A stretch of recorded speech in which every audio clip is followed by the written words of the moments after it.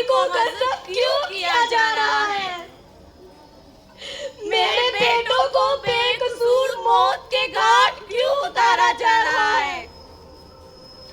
मेरी बेटियों की अज़मतों को पामाल क्यों किया जा रहा है? ऐ दुनिया के मुंसिफों, तुम्हें इन बेकसूर मासूम बच्चों पर रहम क्यों नहीं आता?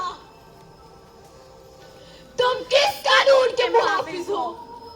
वो कानून जो जुल्म का मुहाफिज है, वो कानून जिसका तहफ़्फ़ुज़ इस जालिम के लिए है।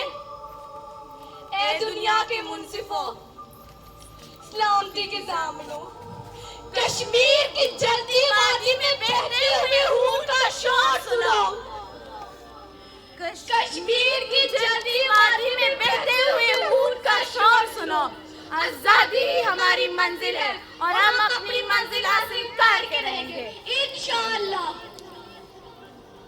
कश्मीर बनेगा पाकिस्तान, कश्मीर बनेगा पाकिस्तान, कश्मीर बनेगा पाकिस्तान।